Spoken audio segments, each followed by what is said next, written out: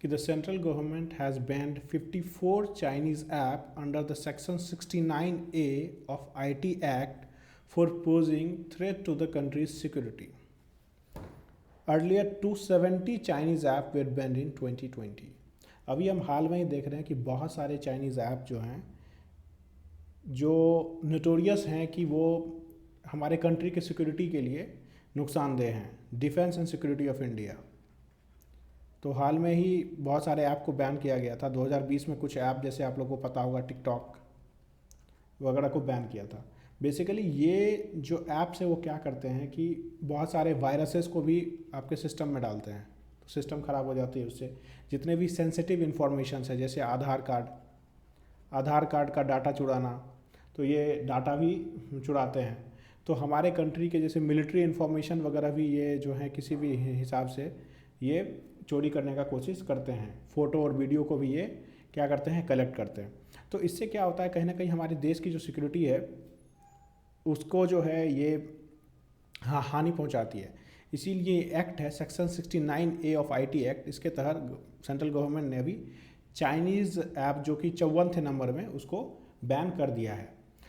और कुछ इन्फॉर्मेशन ये जानना चाहिए कि 420 मिलियन प्लस जो हैं यूज़र्स हैं, इंडियन एक्टिव यूज़र्स हैं जो इंटरनेट पे.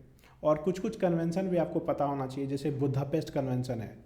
तो ये Budapest convention on cyber crime है. ये बुदापेस्ट कन्वेंशन किस चीज़ से रिलेटेड है, साइबर क्राइम से रिलेटेड ही है ये. और दूसरा साइबर सिक्योरिटी भारत इनिशिएटिव है जो इंडियन गवर्नमेंट लेके आई है, साइबर सिक्योरिटी भारत इनिशिएटिव. तो चूँकि नंबर्स बढ़ रहे हैं, active users through out the country बढ़ रहे हैं, थ्रू आउट द वर्ल्ड बढ़ रहे हैं, इसीलिए ये सारे इनिशिएटिव वर्ल्ड लेवल पे बुदापेस्ट कन्वेंशन और cyber security Bharat initiative Bharat की सरकार लाई थी, जो भी इलीगल एक्टिविटीज़ किए जा रहे हैं इंटरनेट पे उसको रोकने के लिए. अगला पॉइंटर देखते हैं कि finance minister Nirmala Sitharaman release the first colour memory coin on Panchatantra composed bye Vishnu Sharma. Panchatantra जो है किसके द्वारा कंपोज की गई है, विष्णु शर्मा के द्वारा. तो जो 17th फाउंडेशन डे था, किसका 17th फाउंडेशन डे है, ये ऑर्गेनाइजेशन का नाम है SPMCIL, मतलब security printing and minting corporation of India. जो भी ऑर्गेनाइजेशन है जो भी मनी है, जो भी पैसा है, वाली करेंसी छापती है, उसका 17th फाउंडेशन डे था. उसी दिन जो है जो अभी जो है कलरफुल ये कॉइन जो है रिलीज़ किया गया है. किनके द्वारा रिलीज़ किया गया है, फिनांस मिनिस्टर निर्मला सीतारमन के द्वारा. और कब रिलीज़ किया गया है, 17th foundation day of printing and minting corporation of India जो है, जो ऑर्गेनाइजेशन करेंसी छापती है और मिंट करती है, उसके द्वारा जो है ये कलरफुल मेमोरी कॉइन बनाया गया है. अगला पॉइंटर है union ministry of port shipping and waterways setup ये निकरसन सदन dredging museum at Visakhapatnam. It presents historical model of different types of dredging. तो ये बेसिकली अभी क्या किया गया है कि पोर्ट एंड शिपिंग के जो मिनिस्टर हैं उनके द्वारा ये निकरसन सदन ड्रेजिंग म्यूजियम जो है इस्टेब्लिश किया गया है विशाखापत्तनम में. और इस म्यूज़ियम में क्या होगा, अलग अलग हिस्टोरिकल मॉडल्स होंगे यूज़ किए जाते थे ड्रेजिंग के लिए. अब देखिए दोस्तों, ये ड्रेजिंग क्या होती है. ड्रेजिंग एक टेक्निक होती है जिसमें भी डेवरीज होते हैं, मलबे होते हैं वाटर बॉडीज़ में, उसको हटाने की एक तरीका का एक टेक्निक है. तो वाटर बॉडीज़ में बहुत सारे मलबा इकट्ठा हो जाता है, उसको हटाने का ये तरीका है. तो अभी क्या किया गया है, ये एक सदन और ये म्यूज़ियम इस्टेब्लिश किया गया है विशाखापत्तनम में, जिसमें जितने तरीके होते हैं अलग अलग वाटर बॉडीज़ से मलबे हटाने के, वो बेसिकली वहाँ पे प्रेजेंट किया जाएगा. तो ये किसके द्वारा किया गया है, सेटअप किया गया है, ये निकरसन सदन ड्रेजिंग म्यूजियम विशाखापत्तनम में, ये ministry of port and waterways के द्वारा किया गया है. और ये कौन है, सर्बानंदा सोनोवाला. ये पता होना चाहिए क्योंकि पूछ देता है, मैच द कॉलम में आपको अलग अलग एग्जाम में पूछ देगा. SSC में भी पूछा है, BPSC में भी अभी अलग अलग मिनिस्टर्स के नाम पूछ देते हैं. तो मिनिस्ट्री ऑफ पोर्ट और वाटरवेज कौन है, सर्बानंदा सोनोवाला है. उन्होंने इस म्यूजियम का इस्टेब्लिशमेंट किया गया है. अगला पॉइंटर देखते हैं कि Vedanta limited oil and gas producer company CAIM has discovered oil reserves at Barmer in Rajasthan, which has been named Durga. तो ये इसकी जो कंपनी है वेदांता ने अभी एक राजस्थान के बारमर में ऑयल रिजर्व खोजा गया है और इस रिजर्व का नाम क्या रखा गया, दुर्गा। तो एग्जाम में आ सकता है ये दुर्गा जो अभी रिसेंटली कवर्ड किया गया वो क्या है। बेसिकली ये ऑयल रिजर्व्स है और ये प्लेस कहाँ पे है, ये प्लेस जो है ये राजस्थान में है। अभी ऑयल रिजर्व्स वेदांता लिमिटेड ने खोजा है। अगला पॉइंटर देखते हैं, Indian company Vedanta has tied up with Foxconn, Chinese based company है, ताइवान की कंपनी है। द वर्ल्ड, और ये जो है the world largest electronic manufacturer to manufacture semiconductor in India. This will boost the domestic manufacturing of electronics in India. तो दो company जो है अभी जॉइंट वेंचर की है, वेदांता और फॉक्सकॉन। ये फॉक्सकॉन जो है दुनिया की सबसे बड़ी इलेक्ट्रॉनिक मैन्युफैक्चरर है। अब ये सेमीकंडक्टर बनाएगी, वेदांता और ये फॉक्सकॉन मिल करके इंडिया में जो है सेमीकंडक्टर बनाएगी। तो सेमीकंडक्टर क्या होता है, सेमीकंडक्टर का नाम है जैसे जर्मेनियम है, सिलिकॉन है। ये करती क्या है, ये सेमीकंडक्टर जो है हर एक तरह की चीज़ में यूज करते हैं। जैसे मान लीजिए मिलिट्री इक्विपमेंट बनाना है, मिलिट्री इक्विपमेंट बनाना है, कम्युनिकेशन सैटेलाइट वगैरह बनाना है, तो हर एक जगह जो है ये जो है सेमीकंडक्टर का यूज़ होता है। क्लीन एनर्जी में भी यूज़ होता है, इसीलिए ये अभी बहुत ज़्यादा डिमांड में। तो दोनों कंपनी मिल करके वेदांता और फॉक्सकॉन क्या बनाएगी, सेमीकंडक्टर बनाएगी जो है हमारे कंट्री में। तो ये भी इम्पॉर्टेंट पॉइंटर है। अगला पॉइंटर देखते हैं कि Instagram has launched take a break feature globally. Under this people will be help to get rid of social media addiction. तो पूछ सकता है टेक ए ब्रेक जो है इनिशिएटिव ग्लोबली, विश्व स्तर पर कौन सी ऐसी सोशल मीडिया कंपनी ने लॉन्च किया है। तो इंस्टाग्राम ने लॉन्च किया है। क्यों लॉन्च किया गया है, ताकि सोशल मीडिया की लत छुड़ाने में मदद की जाएगी। सोशल मीडिया की जो लत है बहुत ज़्यादा बढ़ चुका है, तो इस कारण से Instagram take a break initiative लेके आया है वर्ल्ड वाइड। अगला पॉइंटर है, the Chhattisgarh government has launched Rajiv Gandhi Gramin landless agricultural labourer Nyay Yojana. Under this ₹6,000 will be provided to landless farmers in 2 instalments. तो छत्तीसगढ़ की गवर्नमेंट ने ये स्कीम लाया है। बेसिकली ये स्कीम जो है क्या नाम है, राजीव गांधी ग्रामीण लैंडलेस एग्रीकल्चरल न्याय योजना है। तो ये किसके लिए, सभी फार्मर के लिए नहीं, लैंडलेस फार्मर के लिए है। ये छत्तीसगढ़ की स्कीम है। इसमें क्या किया जाएगा, 6,000 रुपया दिया जाएगा, वो भी सालाना दिया जाएगा 2 इंस्टॉलमेंट में, ताकि वो खेती कर सके। 2 किस्तों में दिया जाएगा। तो कौन से सरकार ने लेके आई है, छत्तीसगढ़ की सरकार ने इसको लेकर के आई है। अगला पॉइंटर है कि ऑन 22 फरवरी 2022 विज्ञान सर्वत्र पूजते programme was organized by Union Ministry of Science and Technology in Madhya Pradesh. It was inaugurated by President Ramnath Kovind through virtual medium. Its aim is to attract students towards science. अब धीरे धीरे क्या हो रहा है कि science के प्रति स्टूडेंट्स का रुझाव बढ़ाने के लिए अलग अलग प्रोग्राम्स लॉन्च किए जा रहे हैं, तो अभी मध्य प्रदेश में ये विज्ञान सर्वत्र पूजते प्रोग्राम लॉन्च किया गया था। ये वर्चुअल मीडियम से लॉन्च किया गया था रामनाथ कोविंद के द्वारा, जो हमारे प्रेसिडेंट रामनाथ कोविंद के द्वारा किया गया था। तो यहाँ पे हमें जानने की ये ज़रूरी है कि साइंस एंड टेक मिनिस्ट्री जो है उसके हेड कौन होते हैं, वो प्राइम मिनिस्टर होते हैं, PM ही हेड होते हैं। और अभी मिनिस्टर कौन है, जितेंद्र सिंह है। साइंस एंड टेक के मिनिस्टर हैं जितेंद्र सिंह हैं। पूछ लेता है, इसीलिए हमें ये पता होना चाहिए। अगला पॉइंटर देखते हैं, the state of Manipur has been connected by goods train for the first time. The first goods train reach Rani गोंजिन्यू। तो पहली मालगाड़ी जो है रैनी गोंजिन्यू पहुंची। तो अभी क्या हुआ है कि मणिपुर में सबसे पहली बार ऐसा हुआ है कि कोई भी मालगाड़ी पहुंची है।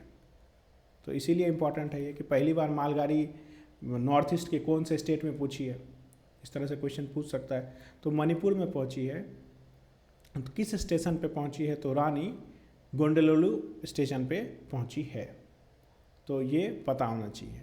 अगला पॉइंटर देखते हैं। The Indian army has organise the first of its kind hackathon Sainya Ranakshetram at Mhow in Himachal Pradesh. A session of experts was held for the training of the participants in this program. तो अभी Indian army एक hackathon launch की है। तो hackathon क्या होता है कि बेसिकली ये कंप्यूटर प्रोग्रामर्स जो होते हैं, जो कंप्यूटर प्रोग्रामर्स होते हैं, उसके लिए एक सोशल गैदरिंग है। उनको क्या किया जाएगा, ट्रेन किया जाएगा। जितने भी कंप्यूटर प्रोग्रामर्स हैं उसका एक सोशल गैदरिंग बुलाया गया था। कहाँ पे, हिमाचल प्रदेश के म्हाऊ जिले में बुलाया गया था। किसके द्वारा, इंडियन आर्मी के द्वारा, और उसका क्या नाम है, सैन्य रणक्षेत्रम। तो इस प्रोग्राम में जो है बहुत सारे कंप्यूटर प्रोग्रामर्स जो हैं वो इनिशिएटिव लेंगे, और वो 2 से 3 दिन का बेसिकली ये प्रोग्राम होता है जिसमें डिस्कस किया जाता है और ट्रेन किया जाएगा। इंडियन आर्मी जो है ट्रेन करेगी। और ये कहाँ ऑर्गेनाइज किया गया था हैकाथॉन, हिमाचल प्रदेश के म्हाऊ में ये जो है ऑर्गेनाइज किया गया था। हमें ये पता होना चाहिए। अब पॉइंटर नंबर 112 देखते हैं। The Andhra Pradesh government launched AP सेवा portal 3.0 for better civic services. Through this, the citizens living in remote areas can avail the benefit of government services sitting at homes. तो बेसिकली क्या हुआ है कि अभी AP सेवा, आंध्र प्रदेश सेवा पोर्टल 3.0 आया है। ये कौन से गवर्नमेंट ने लॉन्च की है, ये आंध्र प्रदेश की गवर्नमेंट ने लॉन्च की है, ताकि सिविक सर्विसेज जैसे बर्थ सर्टिफिकेट हो गया, मैरिज सर्टिफिकेट हो गया, डेथ सर्टिफिकेट हो गया, ये सारे सर्टिफिकेट्स के लिए क्या होता था, लोगों को बहुत सारी परेशानियां उठानी पड़ती थी डेथ सर्टिफिकेट वगैरह लेने के लिए। तो अभी क्या हुआ है, हर एक चीज़ ऑनलाइन हो रहा है। तो एक पोर्टल, ये ऐप या ये पोर्टल लॉन्च किया है आंध्र प्रदेश की गवर्नमेंट ने, ताकि लोगों जो रिमोट एरियाज़ में रहते हैं वो घर बैठे ये सारी चीज़ जो है बर्थ सर्टिफिकेट, सिविक सर्विसेज जो है उनको मुहैया कराया जा सकता है। घर बैठे सरकारी सेवाओं का लाभ उठा सकते हैं लोग अब। तो ये बहुत ही अच्छी इनिशिएटिव है जो आंध्र प्रदेश गवर्नमेंट ने लेकर के आई है। अगला पॉइंटर देखते हैं कि ministry of culture has signed an agreement with SBI for development of Atmanirbhar Bharat design centre. It's main objective is to promote Indian historical heritage and bring fame to GI products.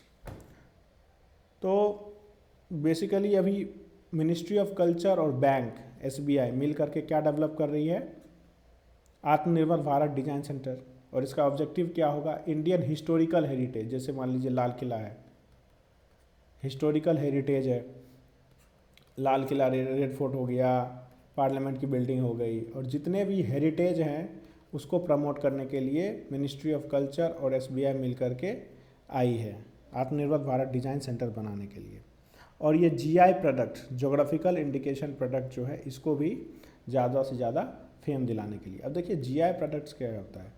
Basically GI products ऐसे products हैं जो famous हैं, मतलब इसकी quality और reputation के लिए famous है, क्योंकि वो उस जगह से आते हैं, इसीलिए वो फेमस हैं। क्योंकि जैसे मान लीजिए मखाना है, मखाना क्यों फेमस है, मखाना की क्योंकि वो बिहार से आती है, तो बिहार का मखाना फेमस है।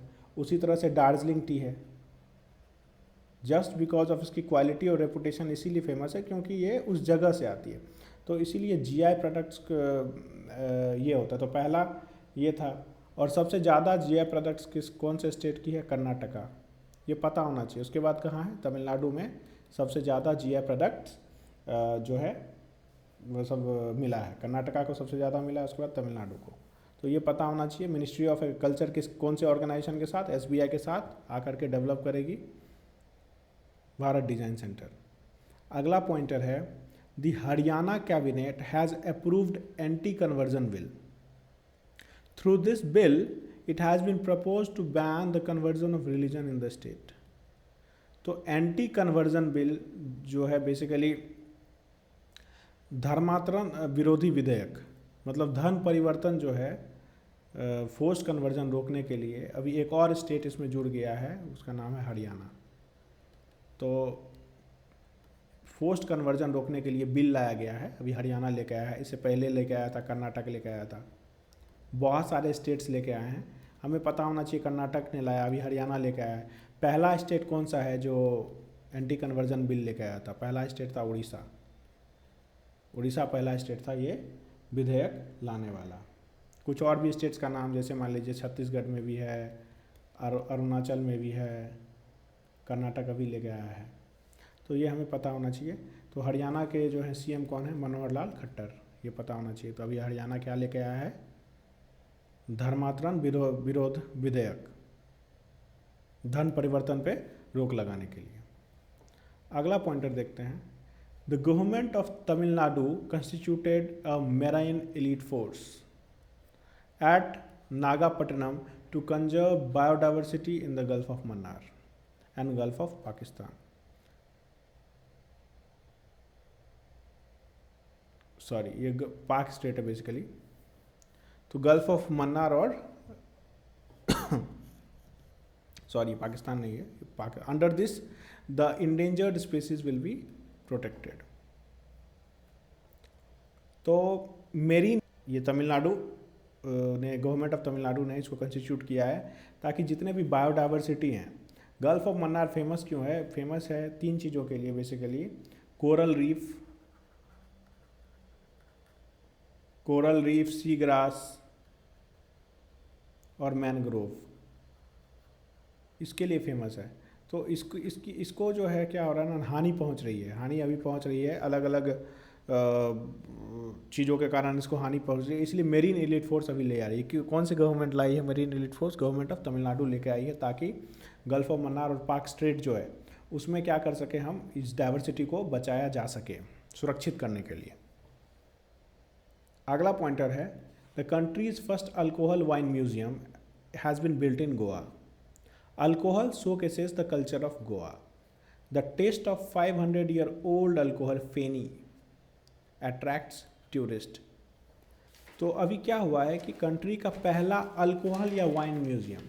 अब देखिए, देश में सबसे पहली बार कुछ होता है तो वो हमारे एग्ज़ाम के लिए ज़रूरत हो जाता है। तो कंट्री का जो देश का पहला वाइन म्यूजियम जो है वो कहाँ बिल्ड हुआ है? गोवा में बिल्ड हुआ है। 500 साल पुरानी अल्कोहल है फेनी। फेनी का नाम आपने सुना होगा, ये काफ़ी फेमस है और ये अल्कोहल जो है सिर्फ गोवा में ही मोस्टली मिलता है और इसके कारण ही लोग अलग अलग से टूरिज़्म भी बढ़ता है। गोवा के लिए हमें पता होना चाहिए कि गोवा की कैपिटल क्या है? पनाजी। सीएम जो है, इसके सीएम कौन है? प्रमोद सावंत। प्रमोद सावंत है इसके चीफ मिनिस्टर हैं अभी। और कॉलोनी ऑफ पोर्टुगीज़ रहा है 1961 तक। और ये फेमस है बीचेस के लिए, नाइट लाइफ के लिए, आर्किटेक्चर के लिए गोवा काफ़ी फेमस है। और ये फेनी के लिए भी फेमस है, फेनी यहाँ की अल्कोहल है। तो अल्कोहल म्यूजियम कहाँ आया है? अभी कंट्री देश का पहला गोवा में। अगला पॉइंटर देखते हैं। Prime minister's museum has been constructed at Trimurti Bhavan in new Delhi. The museum showcases the life of all former prime ministers. तो त्रिमूर्ति भवन में अभी प्राइम मिनिस्टर्स का म्यूज़ियम बनाया गया है, जहाँ पे जितने भी आपको पूर्व प्रधानमंत्री हैं उसके जीवन के बारे में जितने भी इंफॉर्मेशंस हैं, उनका जीवन कैसा था, उसके बारे में ये शोकेस करता है। तो त्रिमूर्ति भवन कहाँ पे, ये प्राइम मिनिस्टर म्यूज़ियम कहाँ पे कंस्ट्रक्ट किया गया है? त्रिमूर्ति भवन में। और भी हमें पता होना चाहिए कि ये त्रिमूर्ति भवन किसके द्वारा, ये बहुत ब्रिटिशर्स के द्वारा ही ये इस्टेब्लिश किया गया था। और ये घर था, मान लीजिए फर्स्ट प्राइम मिनिस्टर जो थे जवाहरलाल नेहरू, उनका ये घर था, जवाहरलाल नेहरू का जी का ये घर था।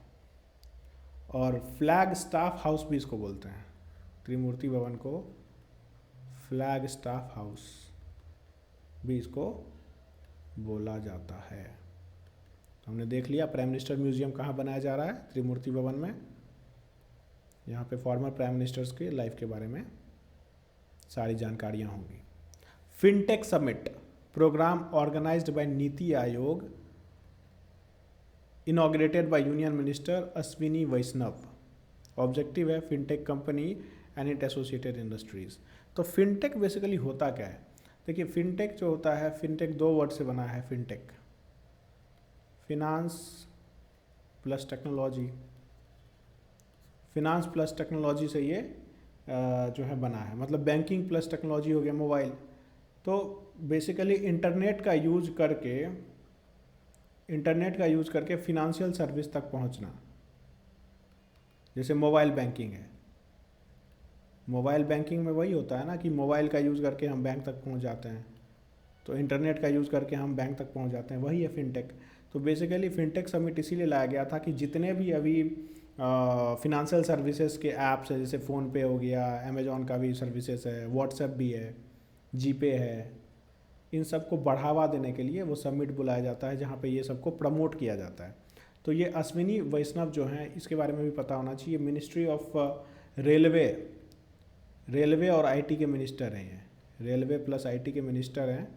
तो इनके बारे में भी हमें इन्फॉर्मेशन होना चाहिए कि ये इनके द्वारा उद्घाटन किया गया है, मतलब इनसे जुड़े उद्योग को ज़्यादा से ज़्यादा बढ़ावा देने के लिए, क्योंकि डिजिटलाइजेशन को हम बढ़ावा दे रहे हैं।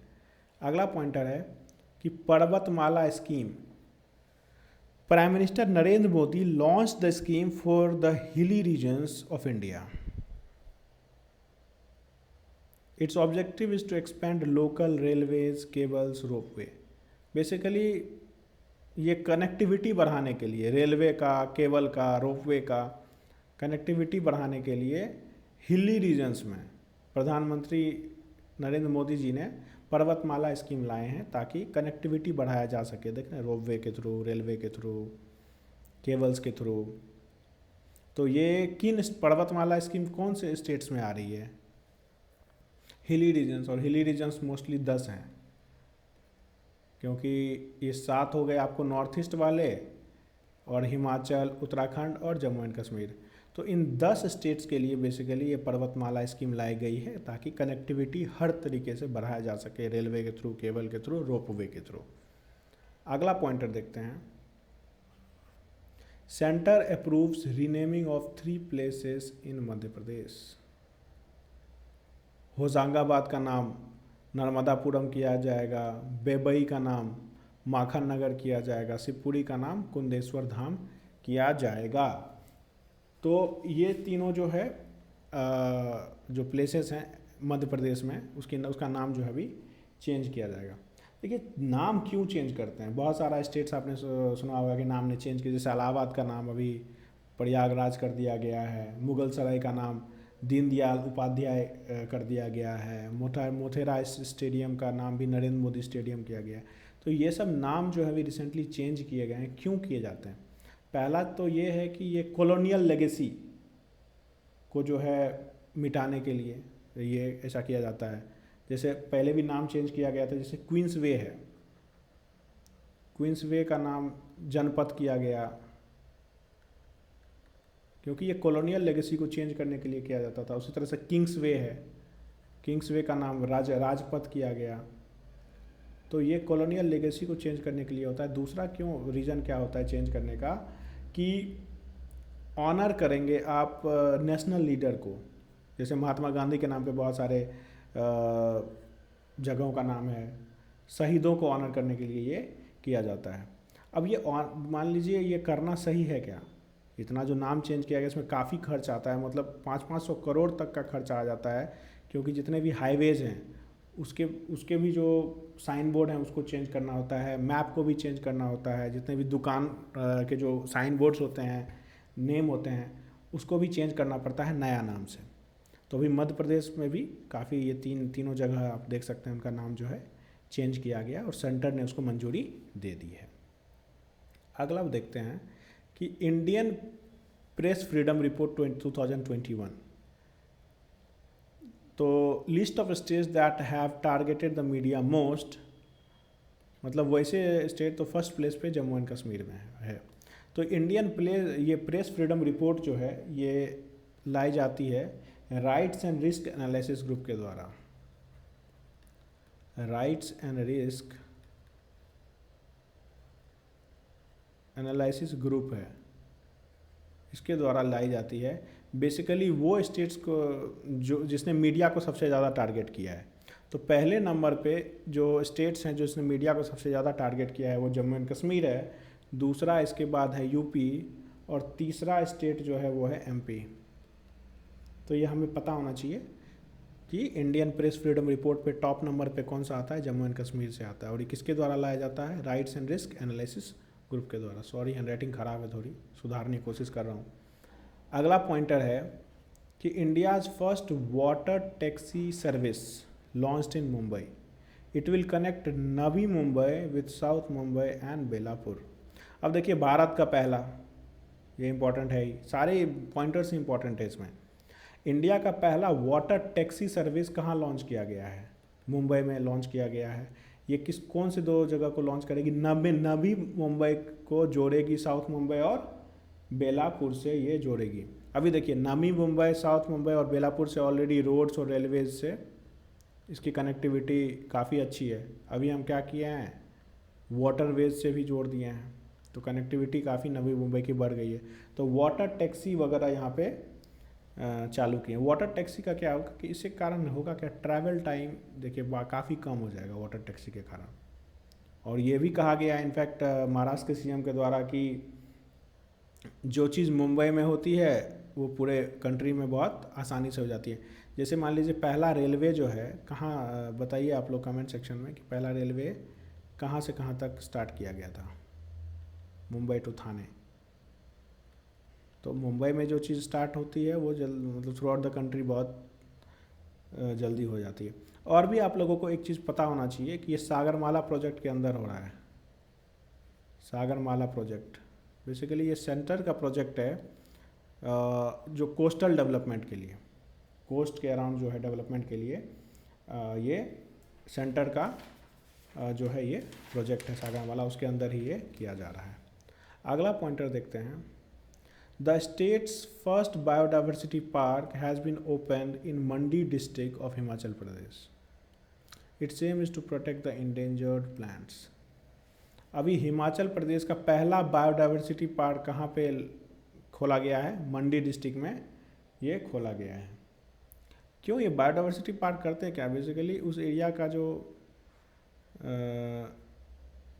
जो इंडेंजर्ड स्पीसीज़ हैं, हो सकता है प्लांट्स हो, एनिमल्स हो, बर्ड्स हो, उसके कंजर्वेशन के लिए ये एरिया एक जंगल का एरिया होता है, इसको घेर दिया जाता है, उसको प्रोटेक्ट करते हैं ताकि उनकी जो है ना इंडेंजर्ड स्पीसीज़ को बचाया जा सके। तो हिमाचल प्रदेश का पहला जो है बायोडाइवर्सिटी पार्क कहाँ आया है, मंडी में आया है। तो ये हमें पता होना चाहिए। अगला पॉइंटर देखते हैं कि Orissa announces the opening of gene bank for mangroves species. It aims to conserve the mangrove forest. अभी जीन बैंक में बेसिकली क्या होता है कि जीन बैंक जो होती है वो कलेक्ट करती है अलग अलग चीज़, जैसे सीड हो गया, बीज को, प्लांट वगैरह को ये कलेक्ट करती है। क्यों कलेक्ट करती है, ताकि वो उसको कंजर्व कर सके। तो अभी मैनग्रोव जो हैं स्पेसीज़ के लिए उड़ीसा ने अभी जीन बैंक खोला है, ताकि अलग अलग तरीके के जो मैनग्रोव्स हैं उसके जो बीज वगैरह, प्लांट्स वगैरह जो है उसको स्टोर कर सकेगी। तो उड़ीसा का नाम यहाँ पे आता है कि मैनग्रोव का जीन बैंक कौन से स्टेट ने अभी ओपन किया है, ये क्वेश्चन आ सकता है, तो उड़ीसा ने किया है। अगला पॉइंटर देखते हैं। The country's second highest tricolour has been hosted in Tawang city in Arunachal Pradesh. The tricolour is located at a height of 10,000 feet and the length of the flag is 104 feet. Flag has been hosted as Nangpa Nate Buddha park इन तवांग। अभी देश का जो दूसरा सबसे ऊंचा झंडा कहाँ पे होस्ट किया गया है, अरुणाचल प्रदेश में होस्ट किया गया है।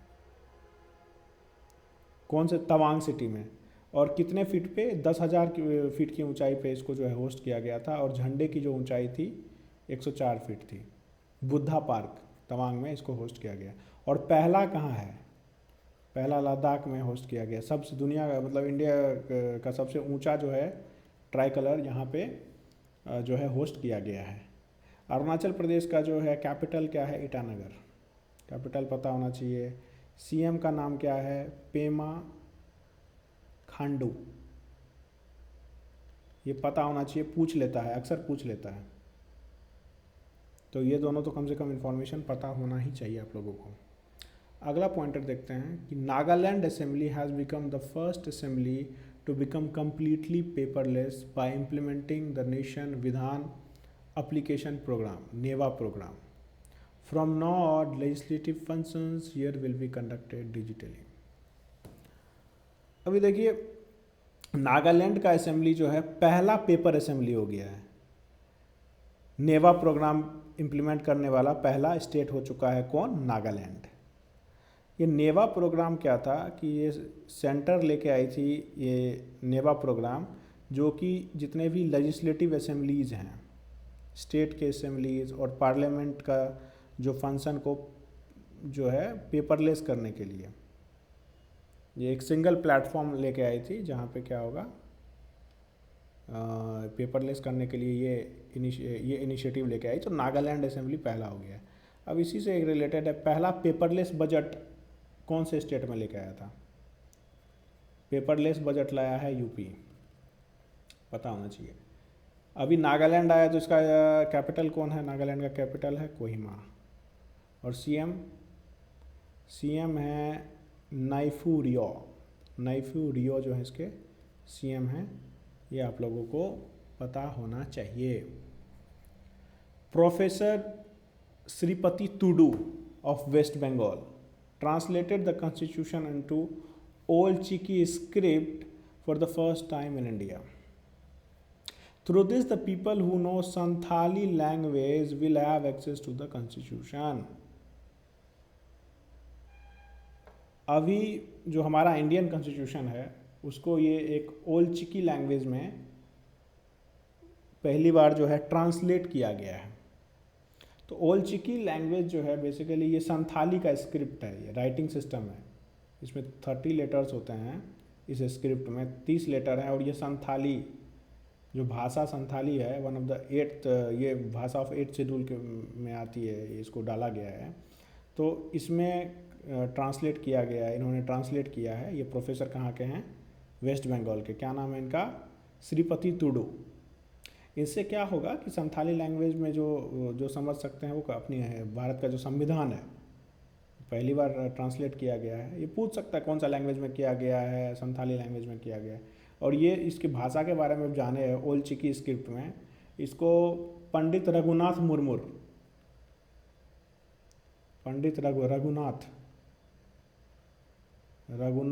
मुर्मू द्वारा ये जो है इन्वेंट किया गया। संथाली कहाँ कहाँ बोला जाता है? वेस्ट बंगाल में है, झारखंड में है, उड़ीसा में। तो ये हमें पता होना चाहिए।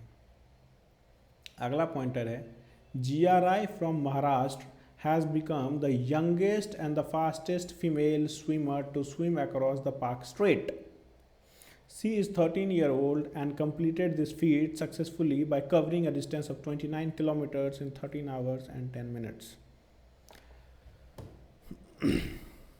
अभी पाक स्ट्रेट को तैरने वाली सबसे यंगेस्ट और फास्टेस्ट फीमेल स्विमर जो है वो GRI हो गई है, वो जो कि महाराष्ट्र से है। उसने 29 किलोमीटर का डिस्टेंस 13 घंटे और 10 मिनट में तय किया है।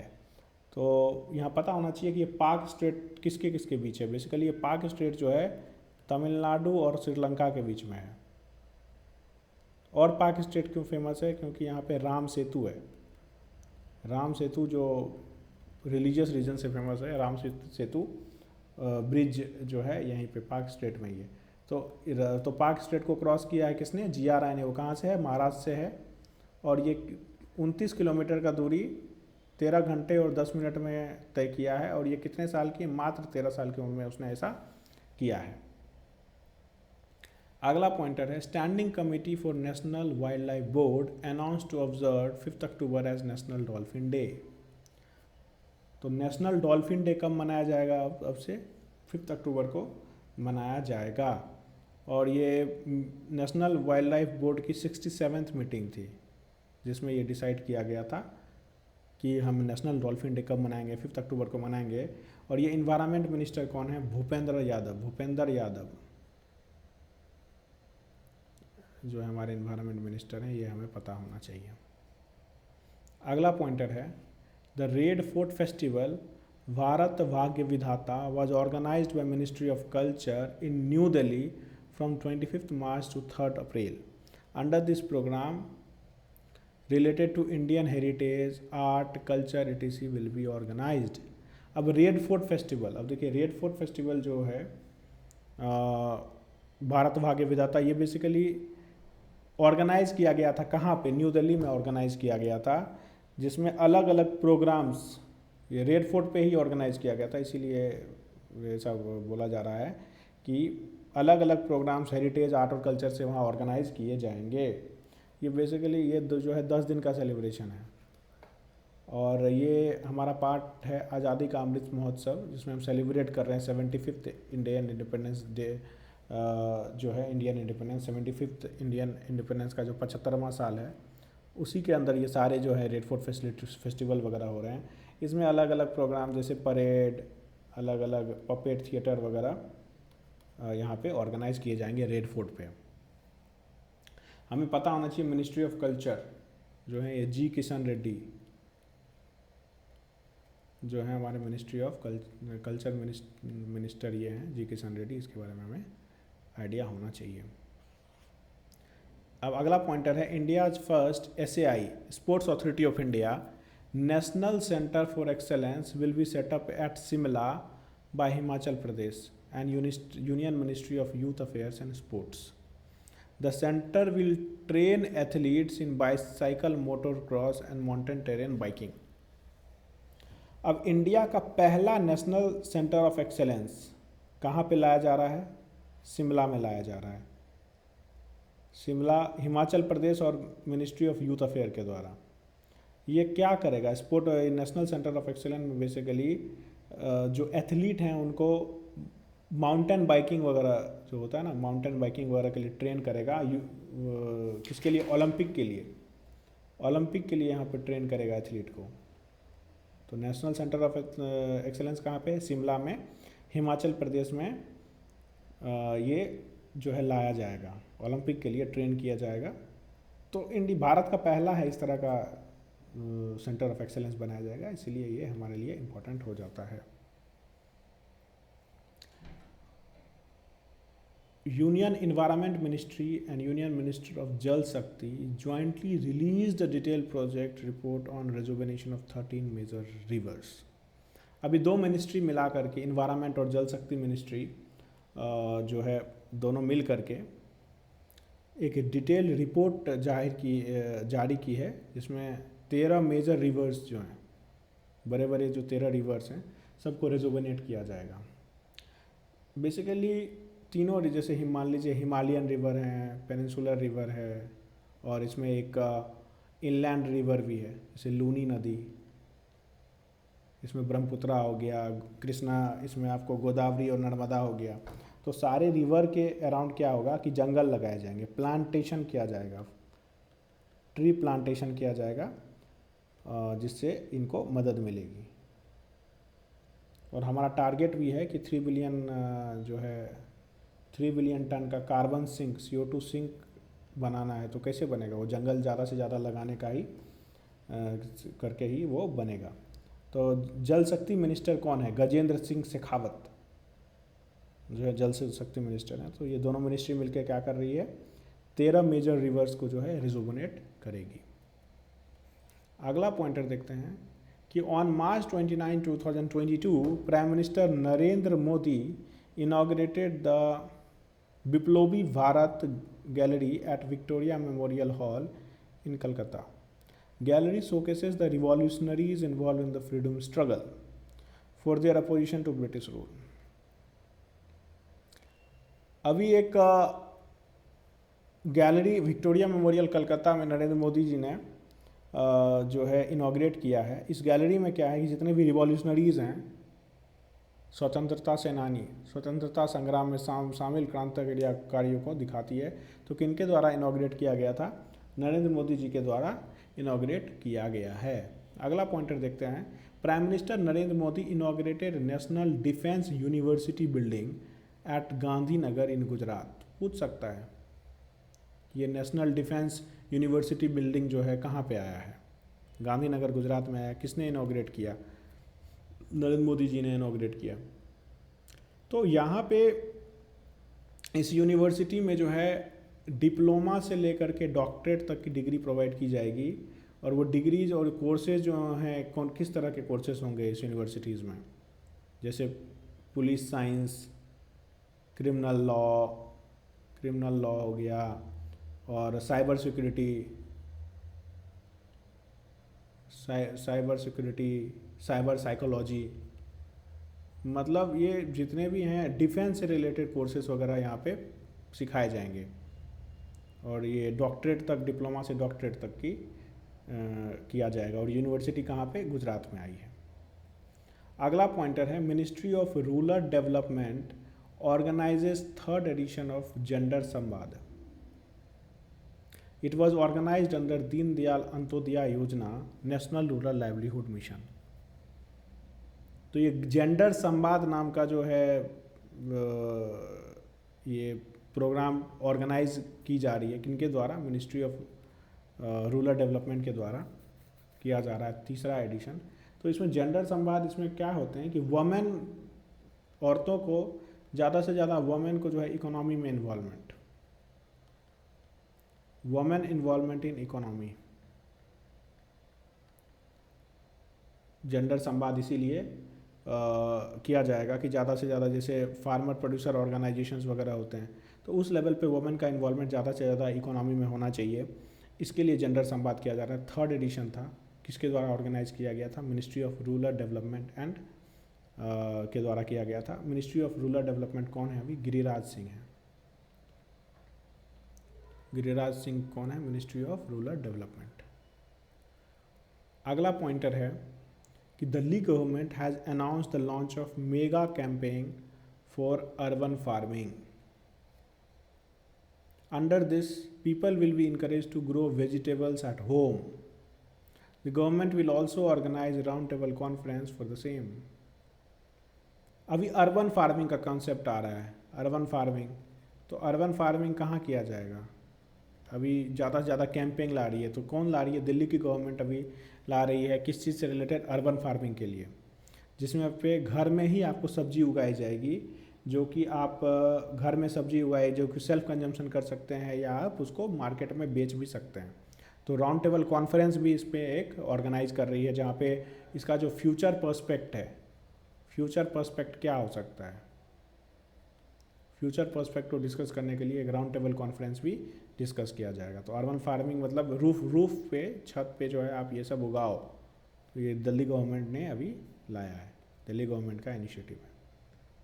अगला पॉइंट देखते हैं कि Skoch state of governance ranking 2021 released by the Skoch group according to the performance of states in various projects at states, districts and municipal level. तो पहला रैंकिंग आंध्र प्रदेश को मिला है, दूसरा वेस्ट बंगाल को दिया गया है। तो governance, Skoch state of governance ranking, ये स्कोच अवार्ड जो है ना स्टेट्स के लिए दिया जाता है। गवर्नेंस का मतलब क्या होता है? Delivery of services to the people.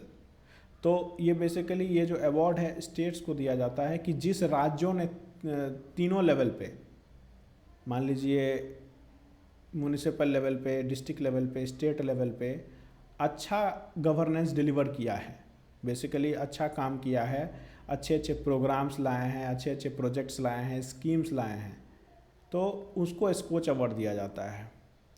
तो उसमें जो है पहला रैंक आंध्र प्रदेश को आया है, दूसरा रैंक वेस्ट बंगाल को आया है, तीसरा रैंकिंग जो है उड़ीसा को मिला है। स्कोच अवार्ड देख रहे, तीसरा रैंकिंग जो है पहला, दूसरा और तीसरा रैंकिंग इनको मिला है। तो स्कोच अवार्ड में बेसिकली स्टेट्स के लिए ये कम्पिटिटिव भी है, स्टेट एक दूसरे से कम्पीट करते हैं एक दूसरे से आगे बढ़ने में, और उससे कंट्री का डेवलपमेंट भी ज़्यादा अच्छा होता है। अगला पॉइंटर है कि women at the rate work programme started by the government of Karnataka, objective है to provide necessary employment to 5 lakh educated women by the year 2026। तो कर्नाटक की सरकार ने women at the rate work programme लेके आई है ताकि वो ज़्यादा से ज़्यादा एम्प्लॉयमेंट दे सके। 2026 तक 5 लाख वुमेन को एम्प्लॉयमेंट देने का जो है इसका जो है टारगेट है।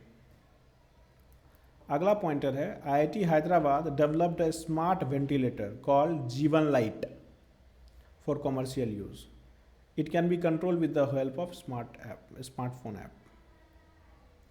तो अभी स्मार्ट वेंटिलेटर्स जिसका नाम है जीवन लाइट वो लाया गया है किसके द्वारा? आईआईटी हैदराबाद के द्वारा लाया गया है और इसका जो कॉस्ट है कुछ 12 लाख के आसपास इसका कॉस्ट है कॉमर्शियल यूज़ के लिए। इसको ऐप के थ्रू कंट्रोल किया जाएगा। देखिए वेंटिलेटर्स होता क्या है, वेंटिलेटर एक मशीन है जो कि ऑक्सीजन पंप करता है आपके बॉडी में। ऑक्सीजन पंप करने के लिए वेंटिलेटर लिया जाता है। वैसे पेशेंट्स को जो ऑक्सीजन खुद से नहीं ले पा रहे हैं उसके लिए उसको वेंटिलेटर्स पे रखा जाता है ताकि बॉडी को जो ऑक्सीजन नीड है उसकी ज़रूरत को पूरा कर सकें।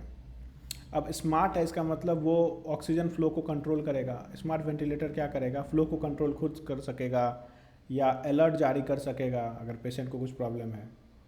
तो ये आर्टिफिशियल इंटेलिजेंस और मशीन लर्निंग के द्वारा इसको जो है स्मार्ट बनाया गया है। और ये किसके द्वारा कौन सी आईआईटी ने इसको डेवलप किया है? आईआईटी हैदराबाद ने डेवलप किया। इसका क्या नाम है? जीवन लाइट। और स्मार्टफोन ऐप से भी इसको हम ऑपरेट कर सकते हैं। अगला पॉइंटर है union ministry of civil aviation and government of Madhya Pradesh inaugurated the state first drone school at Gwalior. In Madhya Pradesh 4 more drone school will be opened in addition to this। तो अभी ड्रोन स्कूल जो है लॉन्च किया गया है सिविल एविएशन और ministry of Madhya प्रदेश के द्वारा। कहाँ लॉन्च किया गया है? ग्वालियर में लॉन्च किया गया है। इसके अलावा 4 और ड्रोन स्कूल जो है यहाँ पे लॉन्च किए जाएंगे, जहाँ पे ड्रोन जो है ये जो ड्रोन है इसकी शिक्षा दी जाएगी ज़्यादा से ज़्यादा। तो पहला ड्रोन स्कूल कहाँ पे आया है? ग्वालियर में आया है। तो मिनिस्ट्री ऑफ सिविल एविएशन कौन मिनिस्टर हैं? ज्योतिरादित्य सिंधिया जी जो हैं मिनिस्ट्री ऑफ सिविल एविएशन है, उनके बारे में आपको पता होना चाहिए। सिंधिया हैं। और पहला ड्रोन फेयर भी कहाँ आया था? ग्वालियर में। पहला ड्रोन शो कहाँ आया था? लखनऊ में। फर्स्ट ड्रोन की टेक्नोलॉजी आईआईटी गुवाहाटी ने सबसे पहली बार डेवलप की थी। तो ड्रोन स्कूल कहाँ आ रहा है? ग्वालियर में। ड्रोन फेयर भी ग्वालियर में ही आया था। ड्रोन शो कहाँ हुआ था? पहला लखनऊ में। और पहला ड्रोन का टेक्नोलॉजी डेवलप करने वाला आईआईटी कौन है? आईआईटी गुवाहाटी।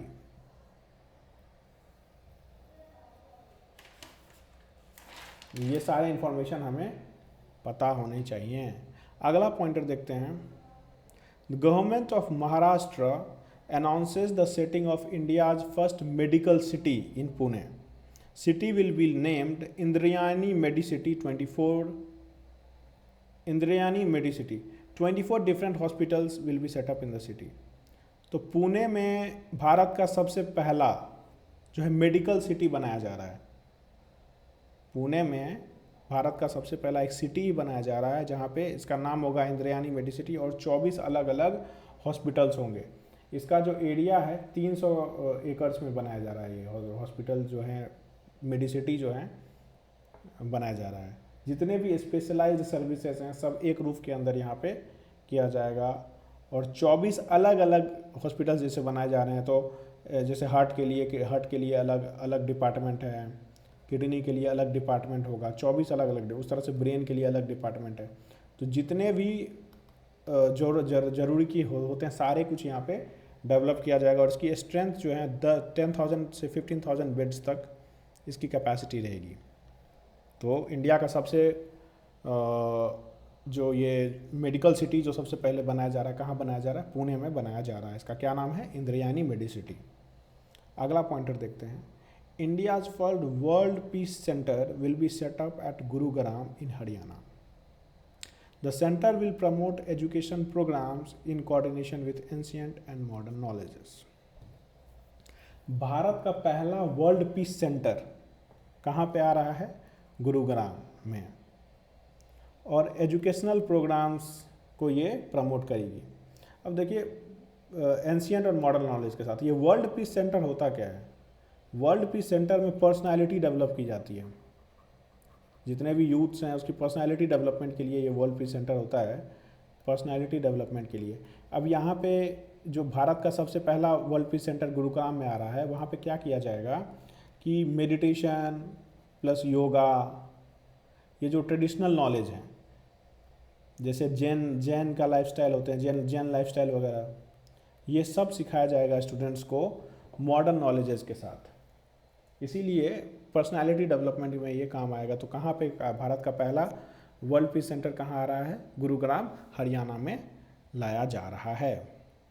अगला पॉइंटर है, the Bihar government has announced that it will tech digital documents related to land including maps to the people of the states from door to door. Bihar will be the first state in the country to do so. तो बिहार पहला सरकार हो गया है ऐसा, बिहार ऐसा पहला state हो गया है जो डिजिटल डॉक्यूमेंट, जितने भी आपको घर घर जाकर नक्शे वगैरह ये मुहैया कराएगी, दस्तावेज, ज़मीन से रिलेटेड डिजिटल डॉक्यूमेंट अभी घर घर पहुंचाएगी। जितने भी ज़मीन है उसका बहुत सारे विवाद होते हैं, बिहार यूपी में बहुत ज़्यादा ज़मीन से रिलेटेड विवाद होते हैं। तो बिहार सरकार ने पहला ऐसा मुहिम उठाया है नीतीश कुमार जी ने कि घर घर जा कर के डिजिटल डॉक्यूमेंट्स, मैप वगैरह, नक्शे वगैरह पहुंचाए जाएंगे लोगों को। और बिहार ऐसा कंट्री का पहला ऐसा राज्य हो गया है जो ऐसा करेगा। अगला पॉइंटर देखते हैं, Tamil Nadu petro product limited has become the first lab linear alkyl benzene company in the world to receive bureau of Indian standard certificate. अब ये कंपनी है, TPL नाम की एक कंपनी है, जो कि BIS bureau of Indian standard जो ये मार्क होता है, ये पहली दुनिया में पहली कंपनी बन गई है जिसको ये मिला है।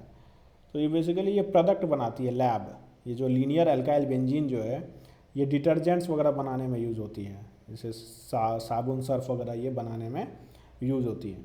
तो ये इसका मतलब इसको BSI मार्क मिला है, इसका मतलब ये ओनली कंपनी हो जाएगी कंट्री में ये डिटर्जेंट वगैरह बनाने में, सिर्फ मतलब बनाने वाली या इसका पेटेंट करने वाली पहली कंपनी हो जाएगी, ये आखिरी कंपनी होगी। एक ही ऐसी कंपनी है जो इस तरह का चीज़ बनेगी, तो ये ओनली सेलर होगी इस प्रोडक्ट का। और ये प्रोडक्ट कहाँ यूज़ होता है? डिटर्जेंट बनाने में, क्लीनर बनाने में, साबुन, सर्फ वगैरह इस तरह की चीज़ बनाने में यूज़ होता है। अगला पॉइंटर है कि Orissa has secured the top position in all India in terms of vaccination under mission Indradhanush. Orissa achieve 19.5 coverage under this